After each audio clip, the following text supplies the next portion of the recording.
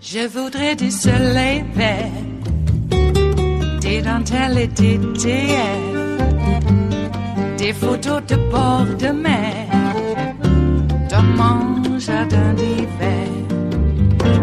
Je voudrais de la lumière, comme en Nouvelle-Angleterre. Je veux changer d'atmosphère, dans mon jardin d'hiver. Ma fleur, sous la pluie de novembre, tes mains qui courent, je n'en peux plus de t'attendre. Les années passent, qu'il est loin, là je tombe. Nul ne peut nous entendre. Je voudrais du Fred Astaire, revoir un latte. The fight for control of the narrative in Washington has reached a new level.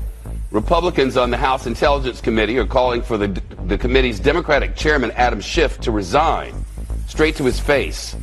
They claim they no longer have faith in Congressman Schiff to leave the committee after the Bill Barr letter following the special counsel Bob Mueller's Russia investigation. You've been at the center of a well-orchestrated media campaign claiming, among other things, the Trump campaign colluded with the Russian government.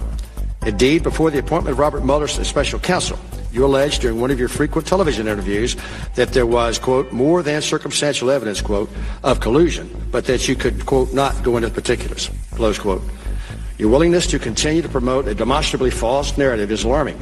The findings of the special counsel conclusively refute your past and present assertions and have exposed you as having abused your position to knowingly promote false information, having damaged the integrity of this committee and undermined the faith in the United States government and its institutions.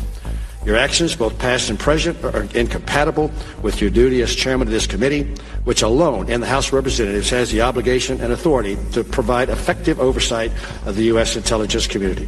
As such, we have no faith in your ability to discharge your duties in a manner consistent with your constitutional responsibility and urge your immediate resignation as chairman of the committee.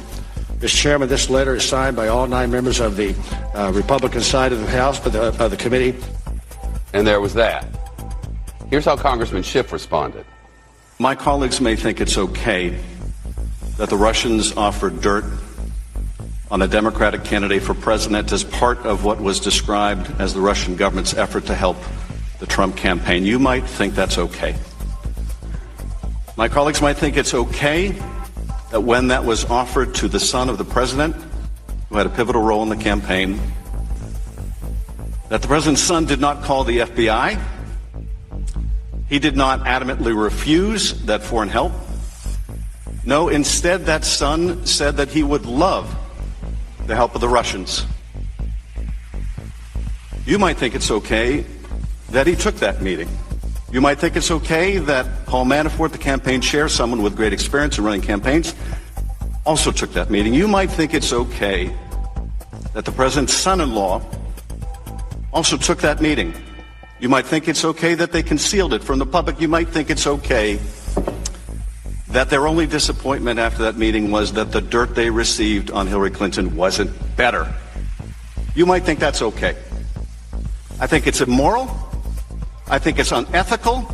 I think it's unpatriotic. And yes, I think it's corrupt and evidence of collusion. Now, I have always said that the question of whether this amounts to proof of conspiracy was another matter. Whether the special counsel could prove beyond a reasonable doubt the proof of that crime would be up to the special counsel, and I would accept his decision, and I do. He's a good and honorable man, and he is a good prosecutor. But I do not think that conduct, criminal or not, is okay. And the day we do think that's okay is the day we will look back and say that is the day America lost its way. I don't think it's okay that his attorney lied to our committee. There's a different word for that than collusion, and it's called compromise. And that is the subject of our hearing today. Mr. Ambassador, you are recognized for your opening statement. I will not yield. Mr. Ambassador, you gentlemen yield because you just made some things about all of us that I think we all should get the opportunity to respond to. If you're going to say we think, you ought to allow us to speak of what we think. You can use your 5 minutes to speak. You attacked me in your opening statement, and I have not had an opportunity to respond at all, especially to your statements of what we think, because no one over here thinks that. No one over here, I mean, you cannot speak for us. They want us to think this is over. It is not. We still have not seen the Mueller report and have only a 4-page summary from the Attorney General, William Barr. The Justice Department officials tell Fox News the report itself is, quote, comprehensive and in length. Catherine Herridge reporting live from Capitol Hill. Hi, Catherine. Well, Shep, good afternoon. A senior Justice Department official tells Fox News that the Mueller report is more than 300 pages long, going well beyond what the regulations require. The official confirmed Attorney General told House Judiciary the length of the report during a short phone call on Wednesday. Congressional Democrats have blasted Barr's 4-page summary as insufficient, urging the report's full release as well as underlying evidence by early next week. A separate contact tells Fox News that the Mueller jammed with grand jury materials that cannot be public, as well as evidence derived from sensitive sources and methods, and that may explain why the release is going to take weeks. We remain in a holding pattern for a firm timetable from the Justice Department. All of this unfolded as calls for Schiff to resign came to a head this morning at the public hearing. A former CIA officer turned Republican congressman urged his colleagues to see the big picture. Our election is going to go down in history as the Russian intelligence greatest covert influence operation. Why? Because their goal is to erode trust in our democratic institutions. But the anger also spilled over to the leadership. It's now up to Nancy Pelosi to remove Chairman Schiff. We need to restore the trust in the Intelligence Committee, the work of the national security. They're just plain afraid. They're afraid of the truth. They're afraid of competence. They're afraid of a leader who is recognized in our country for being calm, professional, patriotic. I'm so proud of the work of Chairman Adam Schiff. That's all I've got for now, Shep, but we'll bring you more if we get it. It is Friday, the 29th of March of 2019, and you are in West Coast Cookbook and Speakeasy. I am your chef de cuisine, Justice Putnam, and our daily special is Blue Moon Spirits Fridays. It is a liquid brunch on Fridays, folks, but there's plenty of other sustenance in which to, you'll fill your gut a tad so that the alcohol doesn't go to your brain so quickly now. Yes, when something... The French 77s are all mixed and ready to pour, and other tidbits of sustenance are there for you as well. So let's get on with it. It's Friday. We made it because the weekend's obviously going to be another busy one. We're going to get some kind of big news dump. You just know we will. A little bit of info that's transpired in the interim since we last spoke.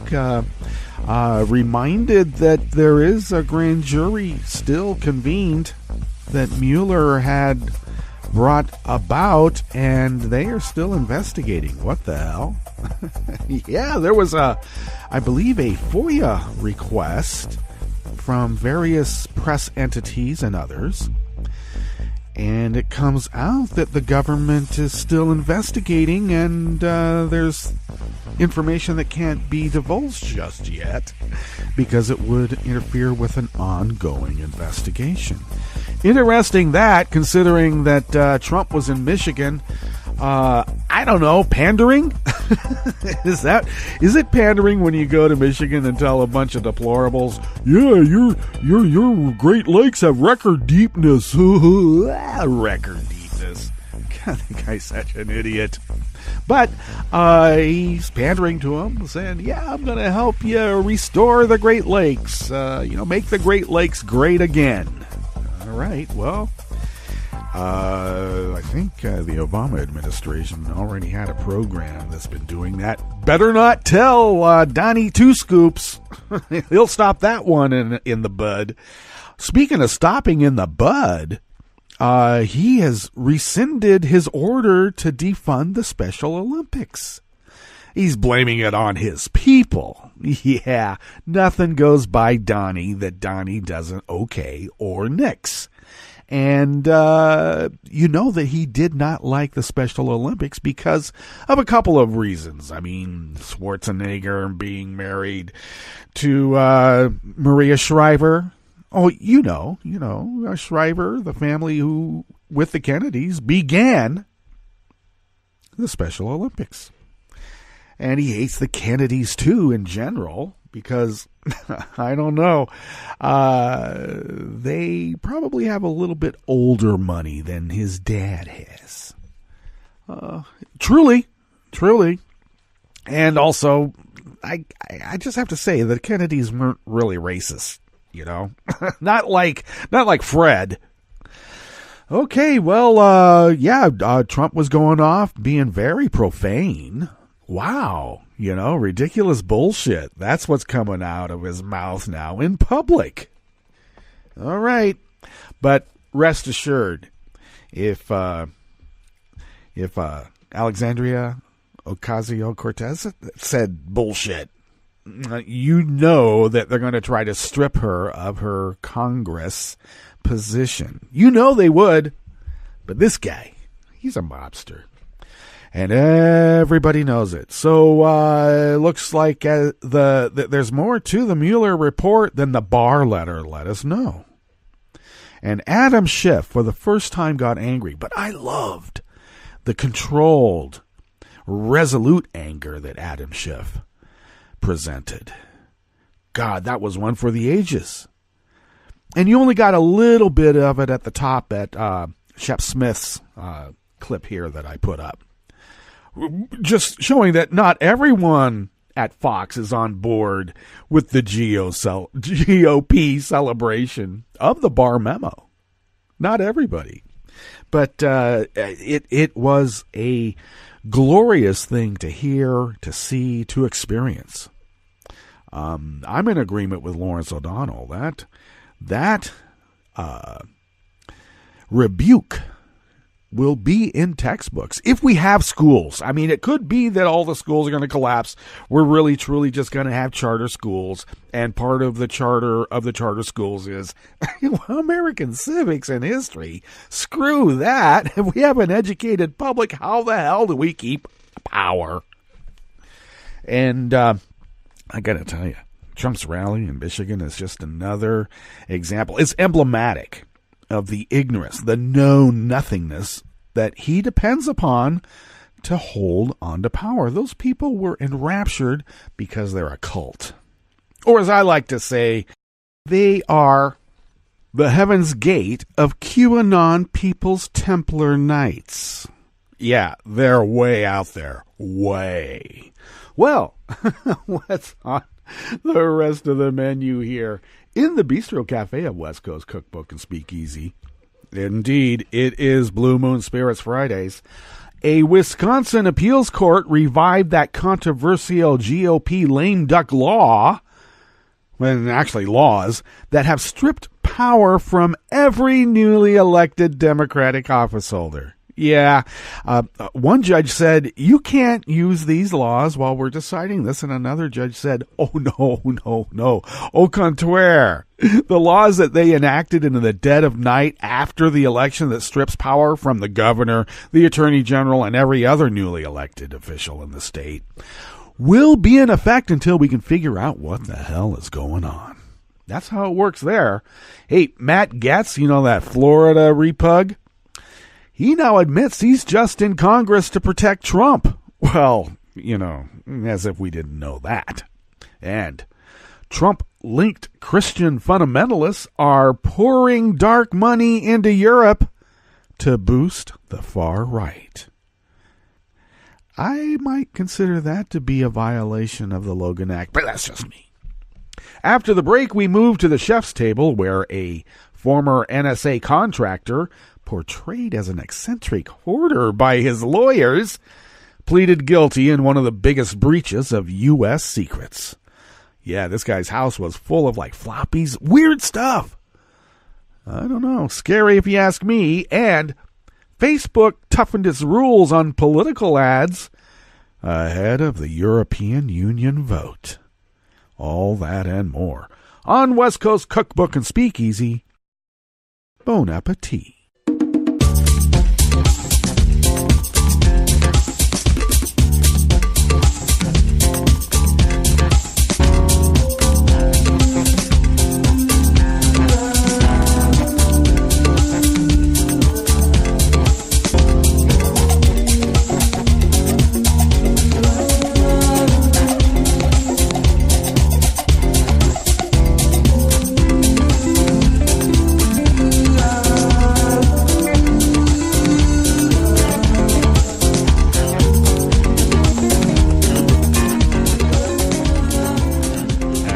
Bottom of our homepage at netrootsradio.com. To the rightish of the page there is the chat room link. Go ahead, take a look. It's right there. And Kelly Lincoln monitors that. It being Friday, I should remind folks that tomorrow she has a couple of shows. And the first one being the 523 happy hour at the table with Kelly Lincoln. And that begins at 3 p.m. on the West Coast, of course, 6 p.m. on the East Coast. Later on, she teams up with Ricky May for the late night morning talk show. And that begins at 9 p.m. on the West Coast, of course, midnight on the East Coast. If you would then take a look to the leftish of the page, at the bottom of the page there at netrootsradio.com, you will then notice the contribute button. And if you could become a recurring Patreon to Netroots Radio, that recurring contribution goes a long way for us being able to pay our bills, and we are also saving money to buy new equipment. So we are very, very grateful for your generosity. And do please consider becoming a recurring Patreon. A cup of coffee, if you could buy us a latte a month, that would be great. Put those funds into Patreon, and Resistance Radio will continue resisting as the founders originally intended. That's right, because we are a powerhouse of resistance. All right, 8 years, that's a lot of resisting. And we're here for the long run. We don't just pack up and run when the going gets tough. No, we will stand with Adam Schiff and say it is not okay, and I will not yield. If you would like to follow Netroots Radio on Twitter, do so at Netroots Radio. Tom takes care of that platform, and thank you, Tom, for doing that. Then if you would like to follow me, I'm at Justice Putnam. I also post the show notes and links diary about 10 minutes before showtime, and then I get the links up on social media in that tiny little window while I'm scrambling. So look for it somewhere. And the show notes and links diary is very important to this multimedia operation that we call West Coast Cookbook and Speakeasy. If you would like to follow the show on Twitter, do so at CookbookWest, and podcasts can be found by way of Spreaker, Stitcher, TuneIn, iTunes, YouTube, iHeart, and wherever podcasts can be found. Alrighty. Well, a couple of program and scheduling notes. Malloy apparently is now down to 1 hour. Tom has been speaking with Joe over there at the PV channel, and we're getting a hold of Mike and Kathy to find out what the hell is going on. But we're going to adjust the schedule accordingly, and so there may be some juggling, and do check out our schedule at netrootsradio.com. And look at our new artwork that's been put up to, honor our 8 years of Resistance Radio. Let's go ahead and jump into this first offering here in the Bistro Cafe of West Coast Cookbook and Speakeasy. Blue Moon Spirits Fridays. Have a French 77. Sip it slow, though. They're very powerful. Joe Kelly of the Courthouse News Service brings us this first offering.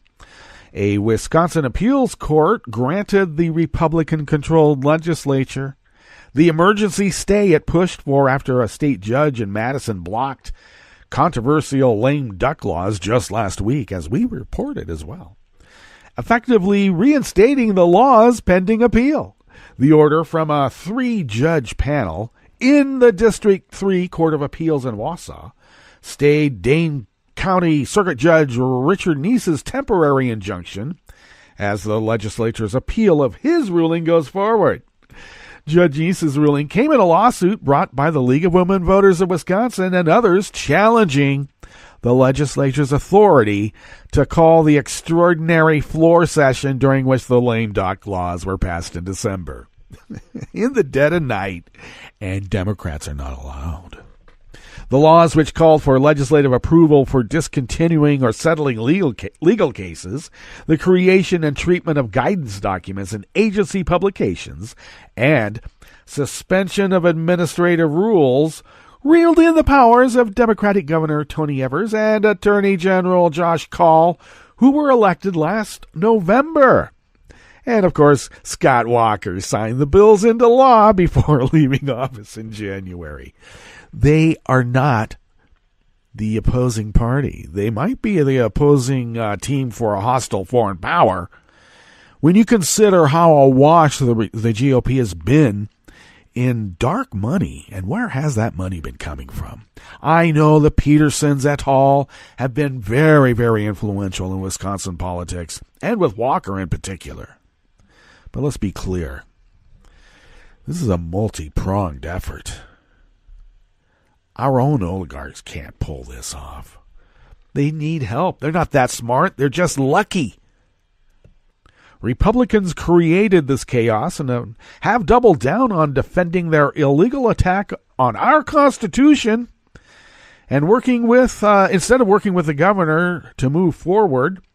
Melissa Baldoff, a spokeswoman for Governor Evers, said, "We remain confident that the courts will ultimately undo the entire lame duck session, overriding the will of the people." Now, of course, applauding the appeals court order in a joint statement, Assembly Speaker Robin Vos, Republican of Rochester, and Senate Majority Leader Scott Fitzgerald, Republican of Juneau, said, "Last week's circuit court ruling created a constitutional crisis. Established law says that the court cannot tell the legislature how to set his rules. Extraordinary sessions have been called for decades." And then I would add, how else are we able to get away with this really illegal, undemocratic act? In the dead of night, the other party is not allowed to take part in the vote. Thank you very much.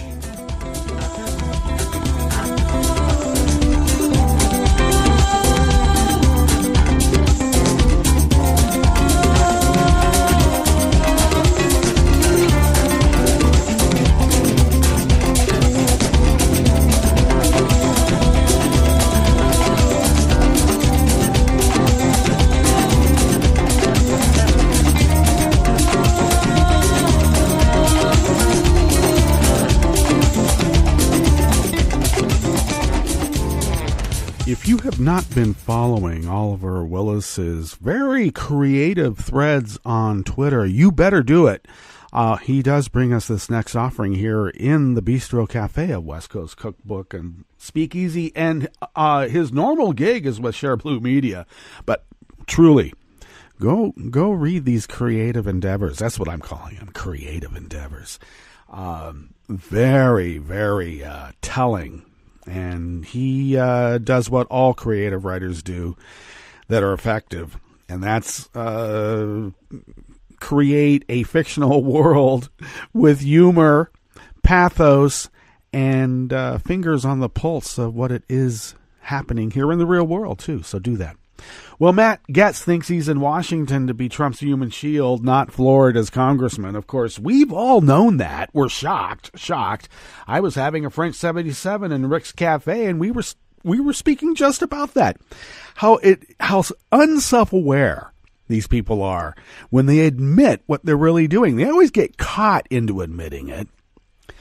And they have such a lack of self-awareness that they don't even know what they've done. I just love to laugh at it. Well, he is one of Trump's most ardent and frequently embarrassing defenders, and said he would essentially be lost in Congress if he couldn't shill for the unpopular president.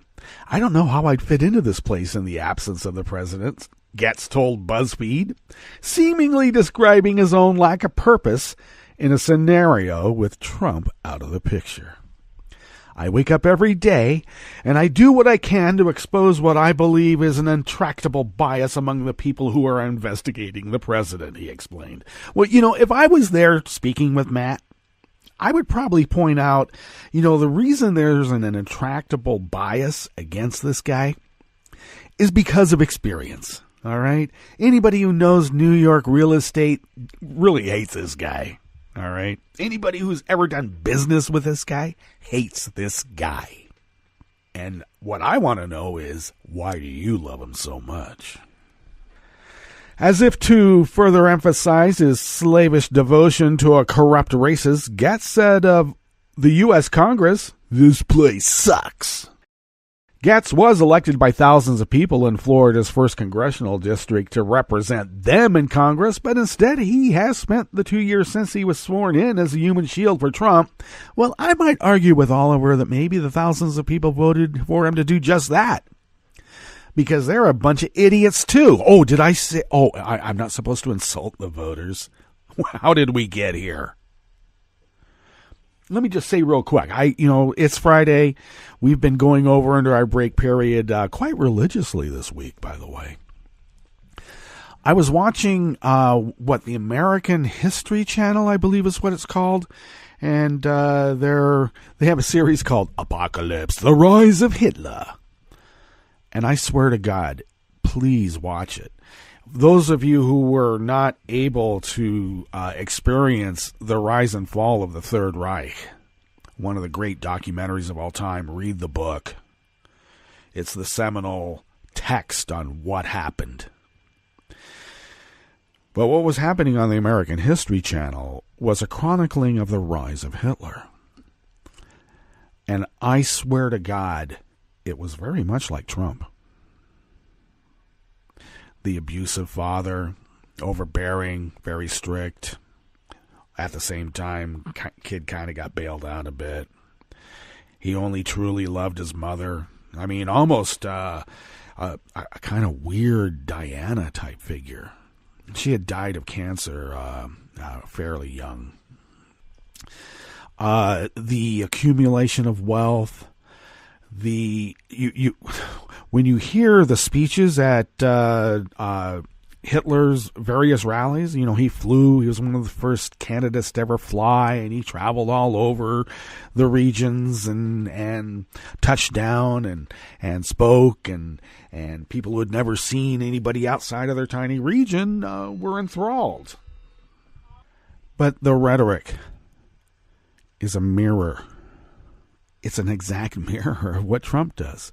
The preening is more Mussolini, I must say. I mean, look, Adolf preened a bit too, but Mussolini had a particular style, and Trump has adopted that for some reason, or maybe it's all part of his nature. Chilling. Very, very chilling.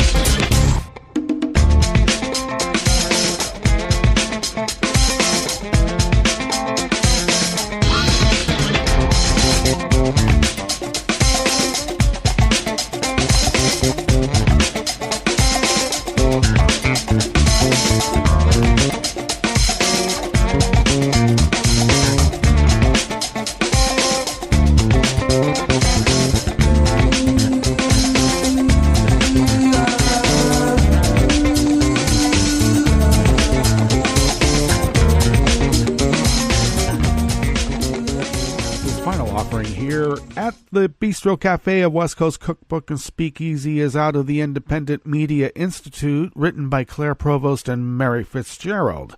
According to a new analysis released by Open Democracy, Christian right fundamentalists linked to the Trump administration and Steve Bannon are among a dozen American groups that have poured at least $50 million of dark money into Europe over the last decade. And that's at least $50 million. I would presume a tad more.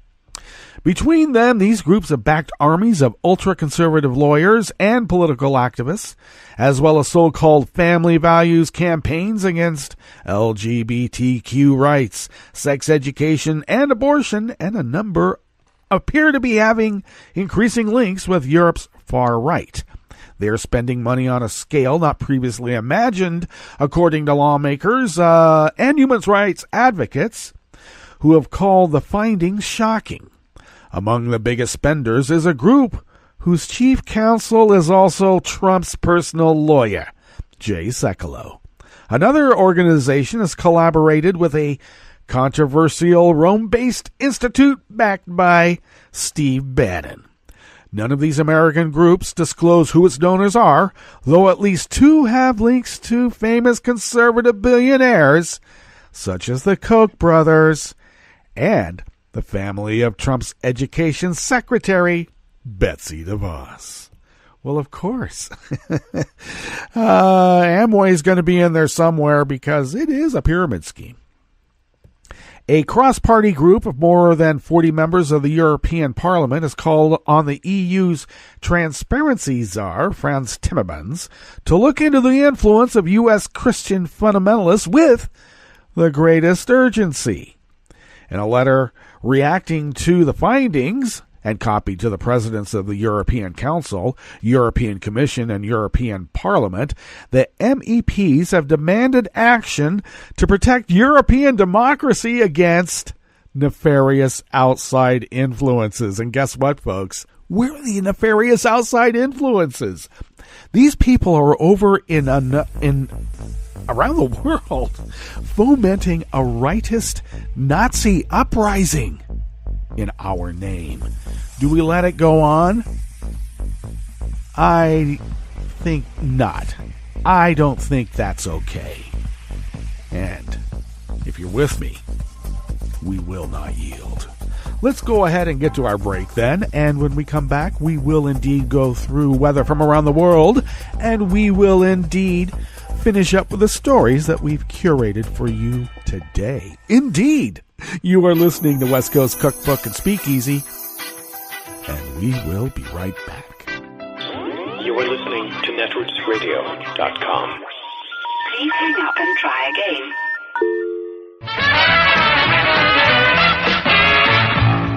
From a point at sea to the circles of your mind, a new force is at work for planetary transformation. New radio for a new Earth.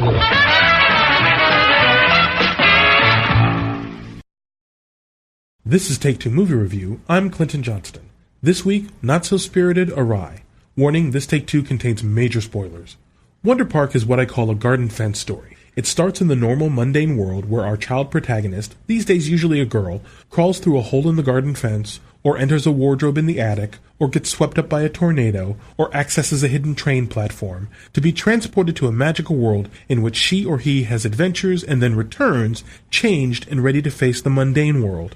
In Wonder Park, our heroine June heads to an amusement park that she unknowingly created with her mother out of her own imagination and then abandoned once her mother got sick. Now, a crucial aspect of the garden fence story is that through their adventures in the magical world, the kid learns what they need to take back to the regular world and solve the emotional crisis that they are experiencing there. Think of Miyazaki Hayau's brilliant garden fence tale, Spirited Away. Chihiro needs to get out of herself, to learn responsibility and to take care of other people. So in the magical bathhouse, not only must she hold down a job to get her parents back, but she develops compassion. In contrast, the problem with Wonder Park is it's not really clear what June's emotional crisis is. Why does she stop playing with her park when her mom gets sick? Because she misses her mom?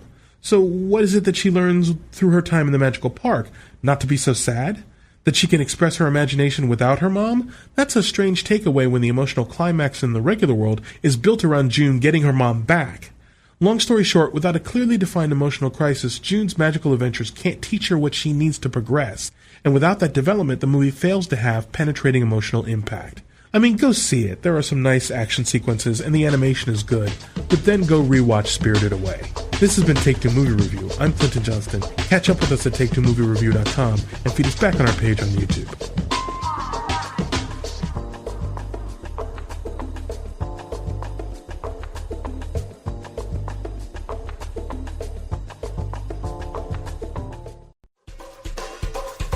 This is Scientific American's 60-Second Science. I'm Christopher Intagliata. They're furry, fat, and hibernate all winter. Not bears, bumblebees. Specifically the queens, which emerge from hibernation in the spring to establish new colonies, a bit of a trek away. We knew that queens end up kilometers from their previous year's natal nest site, but we didn't know anything really about how they get there. Clint Perry, a cognitive biologist at Queen Mary University of London. To observe that phenomenon in action, he and his team glued antennas to the backs of 20 bumblebee queens, which had been kept under simulated hibernation conditions. The researchers then tracked the insects with radar as they emerged from small dens in the dirt, and they found that bumblebees take wing for only 10 to 20 seconds before landing for much longer layovers. We were all surprised that the bees spent so much time resting on the ground and that they seemed to sleep for much of this time even. I personally found it amusing and cute that they so often positioned their bodies so that their head was under a leaf or under grass while their butt was still sticking out into the open. Observations of wild bees confirmed they do this too, and that it wasn't just the transponders affecting the bees' behavior. As for how the queens wind up kilometers away from the previous year's nest site, computer modeling suggests even these short random bursts of flight would do the job. The results are in the journal Scientific Reports. The findings suggest some queen-friendly conservation ideas, too. It would likely help queen bumblebees' survival if we establish pollinator-friendly corridors between conserved landscape patches. That means planting more pollinator-friendly flowers and pollinator-friendly trees and flowers year-round. The queens also take shelter in long grass and leaf litter, suggesting an intervention that's a little closer to home, if you can resist raking, that is. Thanks for listening. For Scientific American's 60-Second Science, I'm Christopher Intagliata.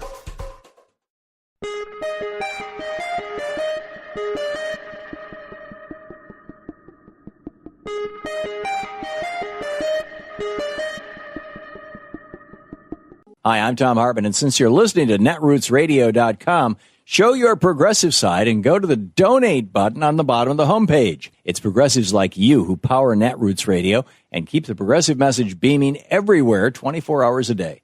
Just go to our donate button at the bottom of netrootsradio.com. Thank you for keeping progressive radio at full power.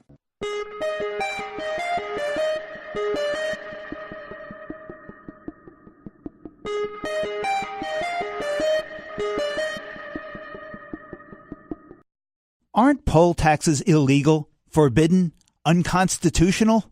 Well, we thought so. My name is Ramsey Clark, and this is the Civil Liberties Minute with ACLU attorney Bill Newman. The 24th Amendment to the United States Constitution, ratified in 1964, made poll taxes unconstitutional in federal elections. And a Supreme Court decision in 1966 ruled that poll taxes were unconstitutional in state elections as well, a violation of the equal protection guarantee of the 14th Amendment.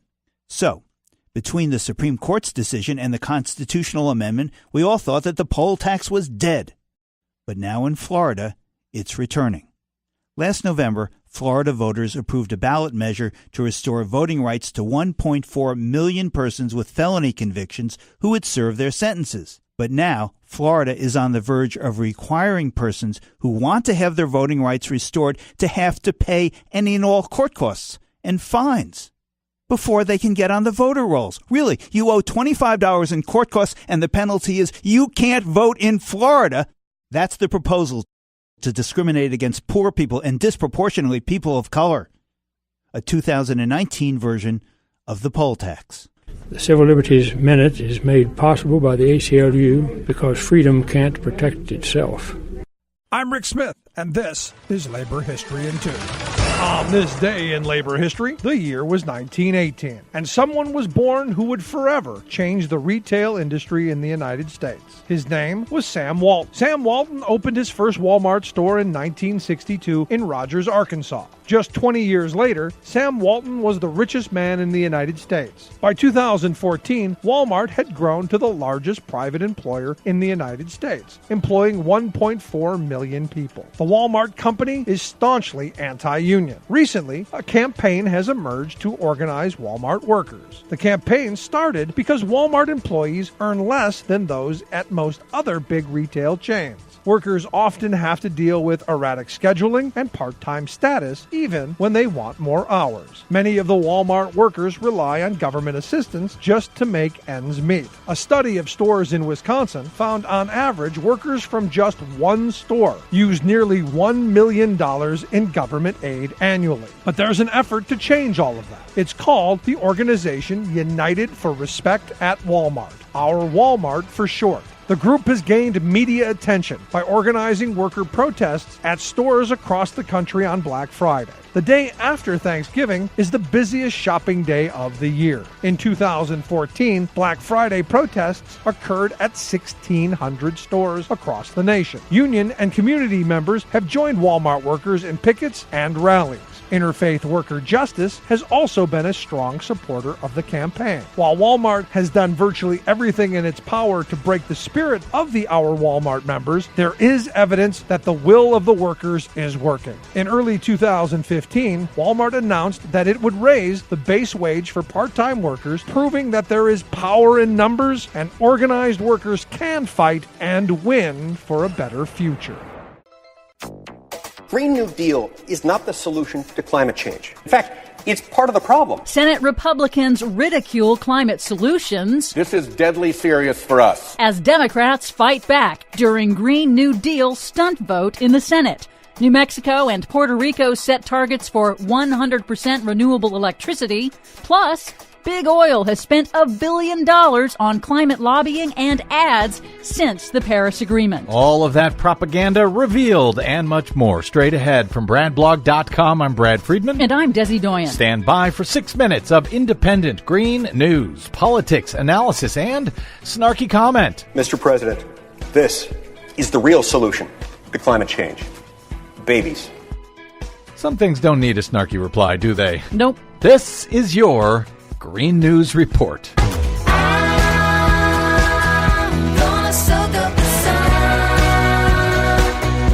Okay, Desi Doyen, after trying to get Senator Mitch McConnell to hold votes on one thing after another that are priorities for Democrats, Mitch McConnell finally was willing to do so when it came to the Green New Deal. Yeah, funny that, isn't it?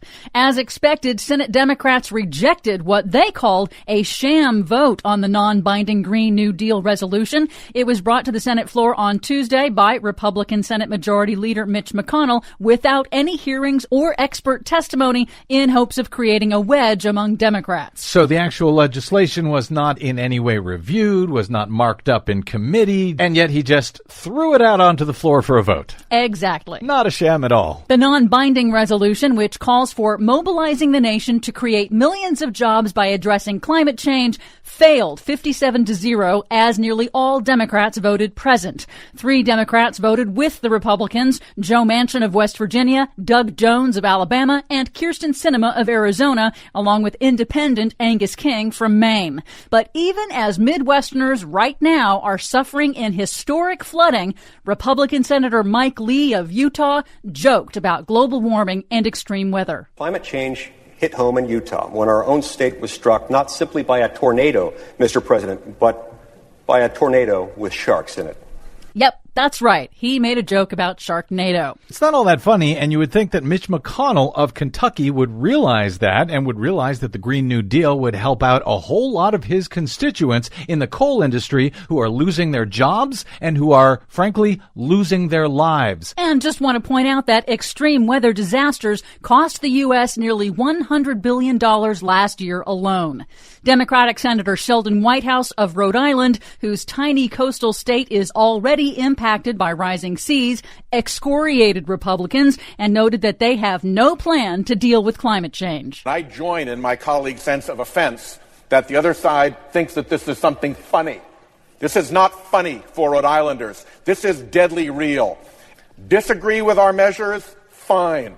Have one of your own. Well, they're not going to do that. Well, according to Oil Change International, the senators who voted no on the Green New Deal resolution have collectively received $55 million in fossil fuel campaign cash. Total coincidence. Meanwhile, a new report from UK nonprofit Influence Map finds that since the UN Paris Climate Agreement was signed in 2015, lobbying by the oil industry has increased sharply. The 5 biggest oil companies have together spent more than $1 billion in just the last 3 years on aggressive lobbying to block and delay climate and energy policies, while simultaneously funding slick PR campaigns claiming they support action, particularly in the U.S. On Wednesday, the U.S. Air Force announced it requires $5 billion to repair Air Force bases in Florida and Nebraska that have been severely damaged by extreme weather and floods. The Air Force warns it will be forced to ground planes, cut pilot training,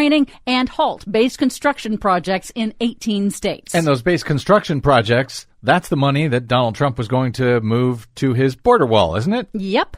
But there is some good news. Good. A new study finds that existing U.S. coal plants right now cost more to operate than building new renewable sources like wind and solar. That means that shutting down 3/4 of all U.S. coal plants today and replacing them with new renewables would save customers millions in energy costs, and that's not including savings on healthcare from reduced air pollution. Mitch McConnell's not going to like that, but his constituents will. Finally, New Mexico and Puerto Rico have joined California and Hawaii in moving to renewable electricity. New Mexico's Democratic Governor Michelle Grisham signed sweeping energy legislation targeting 100% zero-carbon electricity by 2045, and Puerto Rico, still struggling to recover from the devastation wrought by Hurricane Maria a year and a half ago, passed legislation this week to accelerate their transition away from centralized fossil fuel power plants to localized distributed clean energy sources with battery storage, targeting 100% renewable electricity by 2050. For much more on all of these stories and the ones we couldn't get to today, please check out our website at greennews.bradblog.com. Find us, follow us, and share us planet-wide on the Facebooks and the Twitters at Green News Report.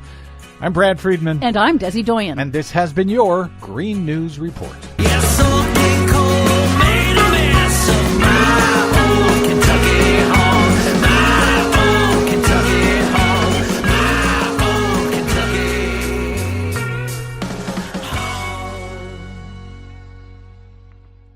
From UN headquarters in New York, I'm Luke Vargas with your World in 2 minutes. Rising carbon emissions pushed the world to record high temperatures on land and in the oceans last year, according to a new UN report published on Thursday. The World Meteorological Organization also found that extreme weather events linked to climate change are affecting larger swaths of the world's population. Some 35 million people were affected by severe floods in 2018, 9 million by drought, and tens of millions more from extreme heat, including a European heat wave that briefly saw temperatures cross 90 degrees Fahrenheit within the Arctic Circle. UN Secretary-General Antonio Guterres. This report is indeed another strong wake-up call. It proves what we have been saying, that climate change is moving faster than our efforts to address it. But climate activism is increasing, be it in the streets of European capitals or the halls of Capitol Hill. Earlier this week, a speech by New York Congresswoman Alexandria Ocasio-Cortez went viral, in which she denounced Republicans for painting efforts to clean up the water and air as elitist. Asked to comment on that speech, WMO Secretary General Petteri Tallis described his frustration at the lack of climate action and said he worries the wealthy and influential don't understand the urgency of climate change because they don't experience it the same way, an observation he made after visiting New Orleans in the wake of Hurricane Katrina. In the USA, they were able to mostly take their private cars and drive away. The rich people, they were having insurances for their houses and they were able to rebuild the houses, but the poorest people didn't have insurances and they were hit the hardest. Ocasio-Cortez ended her speech this week by saying the costs of her Green New Deal would be far less than the costs of responding to climate change damage, and the UN's findings back her up. By one estimate, it could be 20 times costlier to respond to climate change than to pay up front to try and mitigate against it. Luke Vargas, The United Nations.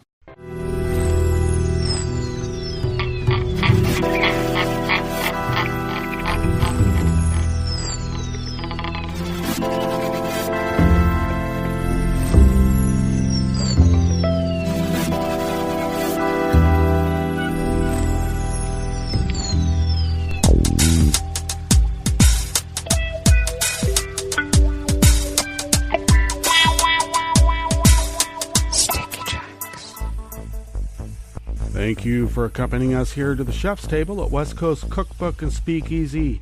Blue Moon Spirits Fridays. We always begin weather from around the world along the banks of the Rogue River, in the Rogue River Valley of Southern Oregon on the west coast of the continental United States of America, where it is currently 42 degrees Fahrenheit, expecting a high of 59 degrees. Cloudy conditions all day. Winds are currently light and variable out of the southeast, and we are expecting showers in about a half an hour. Maybe something less than a quarter inch. We've been getting a bit of rain when it does drop, of course.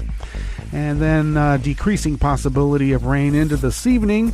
High should be in the low 40s. Tomorrow we're going to have a high in the upper 60s with sunny, well, partly cloudy conditions. Some people might say it's partly sunny. And that looks like what we will have through the weekend, and then a lot of rain next week. Pollen is rated at none. The air quality index is good at 23 parts per million, and that daytime UV index is low and has gone way down to 2. Barometric pressure is falling at 30.05 inches. Visibility is at 6 miles, and relative humidity is at 94%. Weather from around the world is brought to you by people's personal weather stations that they purchased. These people planted these purchased personal weather stations somewhere on their property, and these people positively live around the world. London is 64 and fair. Paris is 66 and fair. Rome is 67 degrees and sunny. Kiev is 51 and fair. Kabul is 55 and partly cloudy. Hong Kong is 70 degrees and mostly cloudy. Tokyo is 46 and cloudy. Sydney, Australia is 74 degrees Fahrenheit and cloudy. San Francisco, California is a crisp 47 degrees and sunny. And New York, New York is 52 degrees Fahrenheit and cloudy. And that is weather from around the world, brought to you by people's personal weather stations that they purchased. These people planted these purchased personal weather stations somewhere on their property, and these people positively live around the world.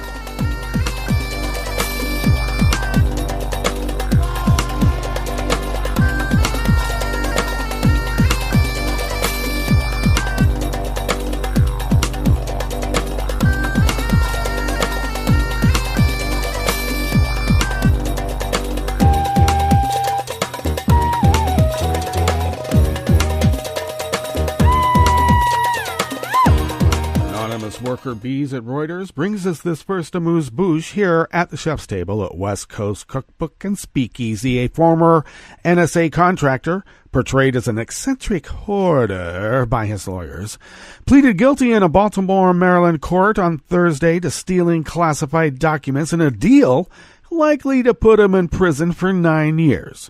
Harold Martin, age 54, who worked for several private firms and had clearances to access top-secret information, was arrested over 2 years ago for what may have been the biggest breach of classified information in history. When FBI agents raided his home south of Baltimore in 2016, they found stacks of documents and electronic storage devices amounting to 50 terabytes of files, including classified ones, prosecutors said. DOJ prosecutors said in a statement that Martin's access risked the disclosure of top-secret information to America's enemies. One of their allegations was that Martin talked online with people in Russian and other languages, but they never found proof he shared stolen information with anyone. His lawyer said he was a hoarder who liked to take work home with him. Well, of course he did. His action was the product of a mental illness, not treason. Well, there's something that Trump's lawyers could probably put their hat on. He's just sick. Not a traitor. Martin said the government agreed that if the federal court in Baltimore accepted the plea agreement, he would be sentenced to 9 years in prison on a charge of willful retention of national defense information. Sentencing was set for July 17th by U.S. District Judge Richard Bennett.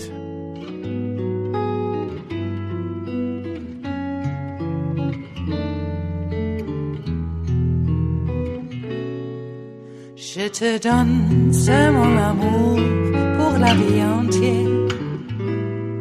La promesse de me trouver à tes genoux. Aussitôt que tu m'appelles, rester toujours fidèle. C'est tout, c'est tout. Je te donne tous mes printemps, mes étés de mer, mes automnes quand les feuilles tombent partout. Si ce n'est pas une bonne affaire, je te donne tous mes hivers, c'est tout. Alyssa de Carbonell and Katie Paul bring us this final amuse-bouche here at the Chef's Table at West Coast Cookbook and Speakeasy. Blue Moon Spirits Fridays. Facebook Inc. toughened its rules on political advertising in Europe today under pressure from EU regulators to do more to guard against foreign meddling in the bloc's upcoming legislative election. Chastened since Russia used the social media platform to influence polls that swept President Donald Trump to power. I'm sorry, we don't use the P word here.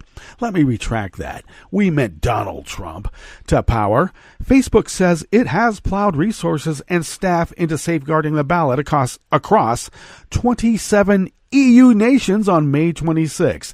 Notice how Trump and the whole right wing and the Russian cabal have determined that there was nothing ever happened here. And yet all of the EU is taking steps to make sure it doesn't happen to them, because it is. All such ads will be labeled as paid for, offering info on who bought it, for how much, and how many people have seen it, broken down by age, location, and gender. Only advertisers located and authorized in a given country will be able to run political ads or issue ads there, mirroring policies elsewhere where the tools have been rolled out. Oh, you mean that Facebook won't get to sit down with right-wing data mining companies and influence elections like they got to the last time, and the time before that, too? Because we're talking, they tried to gum up things in the midterms, and there was also the 2016 issue. Or was it 2014? Ads will be archived for 7 years in a publicly searchable archive. Facebook will block ads that fail to comply from mid-April. Despite requests by the umbrella political groups that make up the European Parliament and by the EU executive to allow for one-stop shop pan-European advertising, Facebook said the risks were too high and the timeline too short to do so. The inconvenience, we understand why they want that, but we could not find any way to carve out without opening up opportunities nobody would want to see, a spokesperson for Facebook said.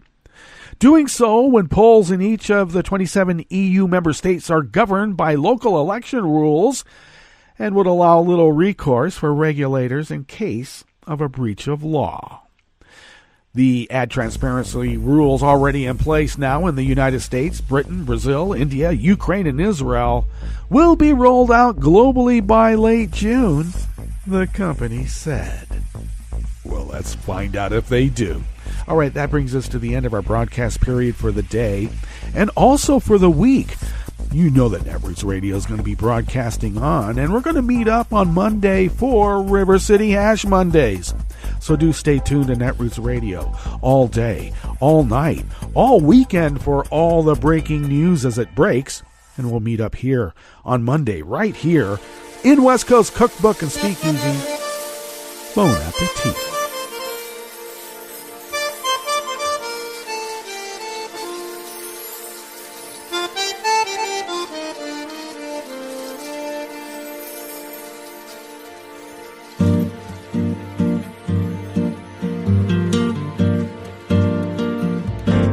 Je voudrais du soleil vert, des dentelles et des théières, des photos de bord de mer, dans mon jardin d'hiver. Je voudrais de la lumière, comme en Nouvelle-Angleterre. Je veux changer d'atmosphère, dans mon jardin d'hiver. Ma fleur sous la pluie de novembre, tes mains qui courent, je n'en peux plus de t'attendre. Les années passent, qu'il est loin, là je tombe. Nul ne peut nous entendre. Je voudrais du Fred Astaire, revoir un latte Goël. Je voudrais toujours te plaire dans mon jardin d'hiver. Je veux déjeuner par terre, comme au long de golfe clair, t'embrasser les yeux ouverts dans mon jardin d'hiver.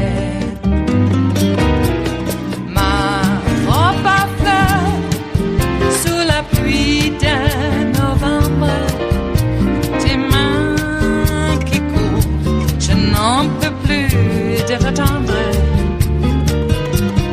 Les années passent, il est loin, là je tombe. Nul ne peut nous entendre. Ba-da-da-dum-di-da-dum. Ba-da-da-dum-di-da-dum. Ba-da-da-dum-di-da-dum. Dans mon jardin d'hiver. Ba-da-da-dum-di-da-dum. Ba-da-da-dum-di-da-dum. Ba-da-da-dum-di-da-dum. Dans mon jardin d'hiver. Dans mon jardin d'hiver. Dans mon jardin d'hiver.